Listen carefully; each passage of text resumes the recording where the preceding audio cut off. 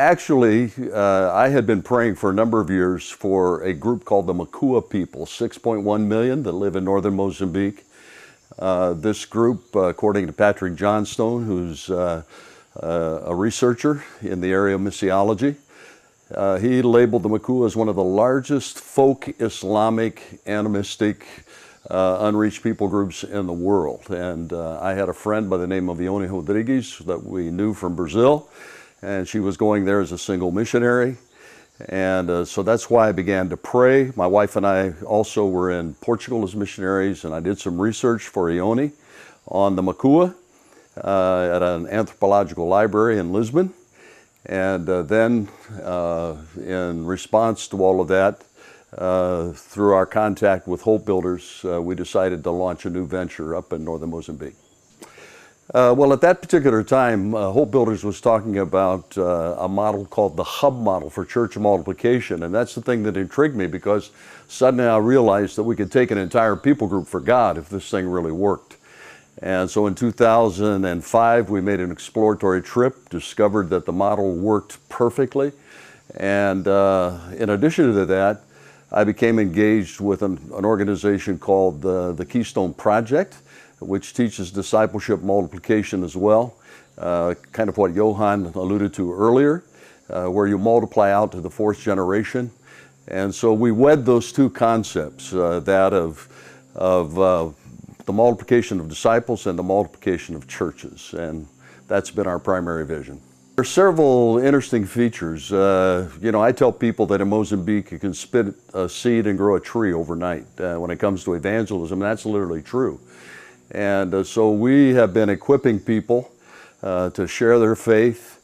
In addition to that, we do evangelism as well with groups that come from South Africa and North America. Then we team up with locals, and we go out and into the villages, and we develop a beachhead, and we build off of that. And so that's kind of how this thing has worked. But my primary role is that of a trainer. We've been working with 50 to 60 Mozambican pastors from various denominations and groups, and teaching them essentially, the hub model and how to multiply out disciples, and the results have been staggering. Well, we make disciples typically. I mean, I'm a disciple maker in the fact that I work with this group of about 50 to 60 pastors. But we make disciples by taking them along on whatever we're doing and teaching our pastors to do that. And that's just been a phenomenal effort. I mean, Johan explained a little bit earlier in his interview about the principle of three, and so we do that.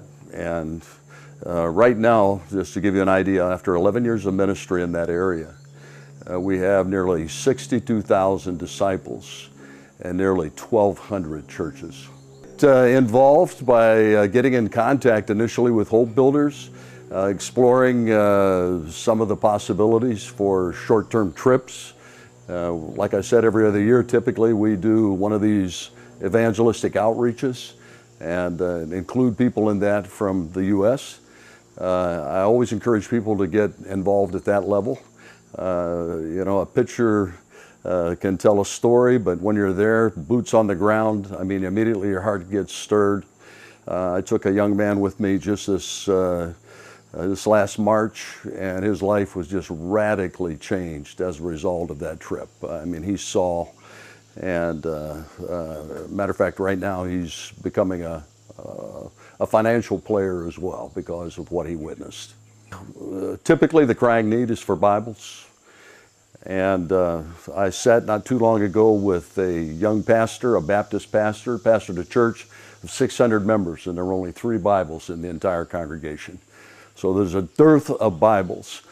And most of the people in Mozambique can read Portuguese, so we desperately need Portuguese Bibles. And also, we can use funds for orphans, support of orphans, widows. Just since I've been there in the last 11 years, we've lost 4 of our pastors that have died, and their wives. We've been caring for one wife particularly and getting ready to care for another. So there's plenty of ways to plug in financially. I do what I do because ever since I was a teenager, God gave me a special call for cross-cultural ministry. And I was 16 years old at the time, and I've had the joy of serving God on 4 different continents, the last one being the African continent, but I'm a Portuguese speaker, ministered in Brazil and in Portugal, and now the privilege of training in Mozambique. So it's a passion, it's a calling. That's what God's called me to, and I'm just trying to be faithful in that call. But Africa has been a special place for me.